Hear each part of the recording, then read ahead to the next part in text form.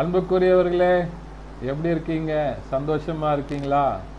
நிச்சயமாகவே நீங்கள் சந்தோஷமாக மகிழ்ச்சியாக இருக்க வேண்டும் என்று சொல்லி ஆண்டவருக்குள்ளே உங்களை வாழ்த்துகின்றேன். ஆண்டவர் உங்களை ஆசீர்வதித்து மகிழ பண்ணுவாராக.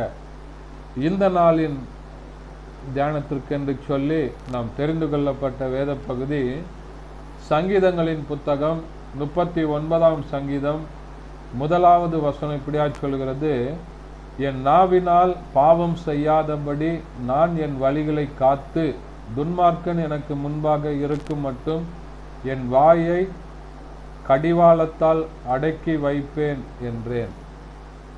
எவ்வளோ ஒரு அற்புதமான வசனம் பார்த்தீங்களா? என் நாவினால பாவம் செய்யாதபடி என்று சொல்லி ஆண்டவர் சொல்லுகிறார். அப்போ இன்றைக்கு ஆண்டவர் நம்மை பார்த்து சொல்லுகிறதான காரியம், வாயில தான் ஆண்டவர் என்ன பண்றாரு? ஆசீர்வாதத்தையும் ஜீவனையும் வைத்திருக்கிறார். நம்ம வாயிலிருந்து புறப்படுகிற வார்த்தைகள் தான் வெளியே வருகிறது. இருதயத்தின் சிந்தனை தான் நம்ம வாயினால பேசுகிறோம். என்ன நினைக்கிறோமோ அதை தான் நம்ம பேசுகிறோம்.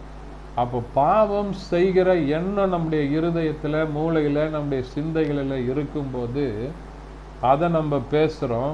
அது நிமித்தமாக நம்முடைய வாழ்க்கையில் இருக்கிற ஆசீர்வாதங்களை நம்ம இழந்து போகிறோம். ஆண்டவர் சொல்றார், வாயினால பாவம் செய்யாதபடி வாயிற்கு கடிவாளத்தை வைத்து காத்துக்கொள் என்று சொல்லி சொல்லுகிறார். இன்றைக்கு நம்ம வாயிலிருந்து அனாவசியமாக பேசுகிற காரியங்கள், தேவையில்லாமல் பேசுகிற காரியங்கள், வீண் சம்பாஷணை நல்லொழுக்கத்தை கெடுத்து விடும் என்று சொல்லி வசனம் சொல்லுகிறது. அப்போ தேவையில்லாத வார்த்தைகளை பேசுவதை தவிர்க்க வேண்டும் என்று சொல்லி வசனம் சொல்லுகிறது.